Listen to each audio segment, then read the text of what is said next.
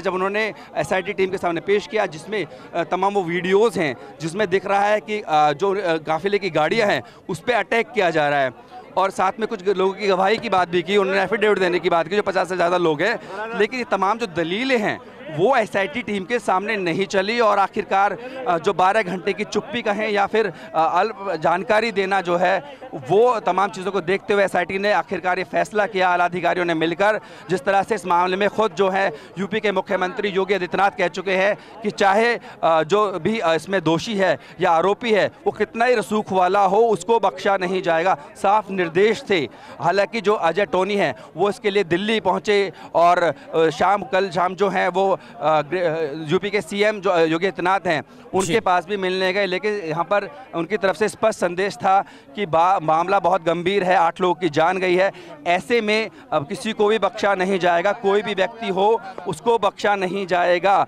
उसके खिलाफ कार्रवाई होनी चाहिए। और जो उन्होंने कहा है वो होता हुआ दिख रहा है। अब यहाँ पर आप देख सकते हैं कि यहाँ पर उनको गिरफ्तार कर लिया गया है, क्योंकि इसको लेकर कयास लगाए जा रहे थे और विपक्ष भी बार बार हमलावर था, और विपक्ष का यही कहना था कि क्या उनके ऊपर कार्रवाई होगी, क्योंकि उनके पिता बहुत रसूखदार व्यक्ति हैं, देश के गृह राज्य मंत्री हैं, तमाम एजेंसीज उनके अंडर आती है, क्या उसकी जांच हो पाएगी। तमाम इन कयासों को अब जो है दरकिनार किया है एसआईटी की टीम ने, और आखिरकार जो जय मिश्रा के बेटे हैं आशीष मिश्रा, उनको गिरफ्तार कर लिया गया है। और अब देखिए आधी रात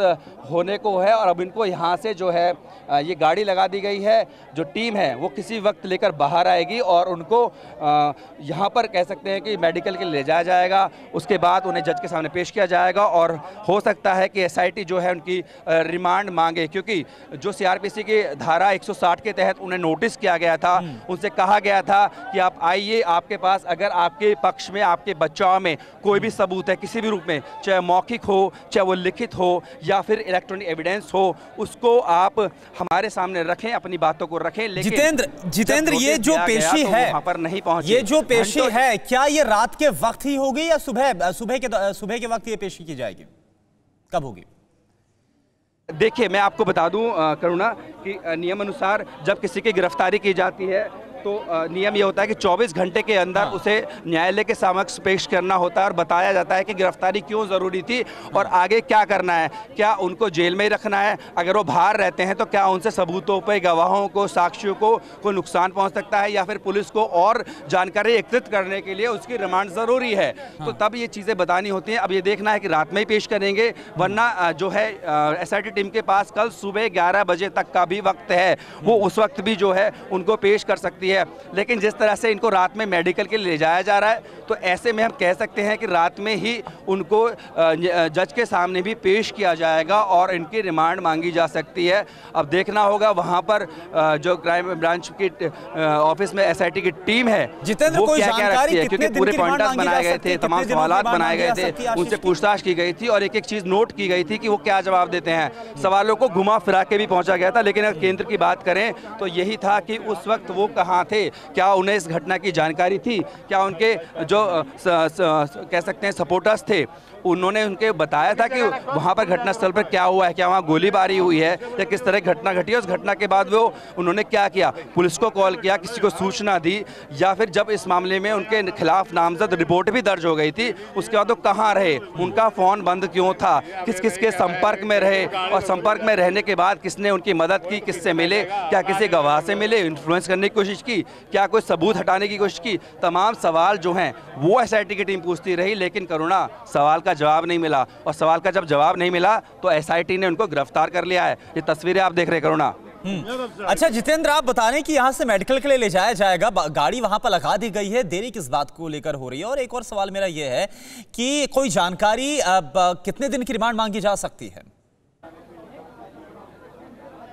देखिए मैं आपको बता दूं कि 302 बहुत संगीन मामला है। ऐसे में पुलिस जो है कुल मिलाकर 14 दिन की रिमांड मांग सकती है, और एक दिन वो होता है जिस दिन गिरफ्तार किया जाता है, 24 घंटे का वक्त होता है। अब पुलिस लगता नहीं कि एक साथ सभी दिन की रिमांड मांगेगी, लेकिन कोशिश यही होगी कि पूछताछ के लिए 2 से 3 दिन की रिमांड मांगी जाए। उसके बाद अगर वो जवाब दे देते हैं तो रिमांड की आगे आवश्यकता नहीं होगी, उन्हें न्यायिक हिरासत में भेजा जा सकता है। लेकिन अगर वो इन 3 से दिन में भी कहा जवाब नहीं देते हैं तो रिमांड बढ़ सकती सकती है, मैक्सिमम जो है वो 14 दिन की रिमांड होती है। साथ ही साथ इस मामले में जो अन्य आरोपी हैं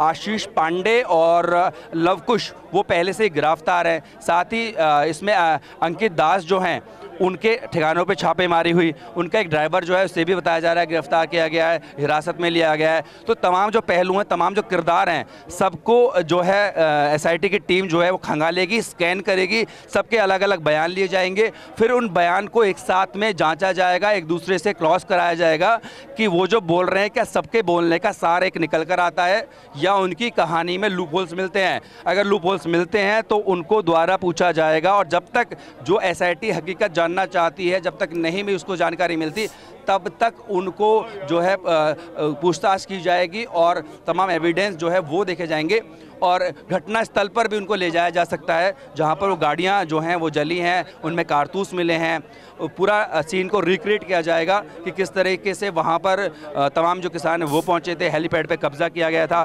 साथ ही साथ जो है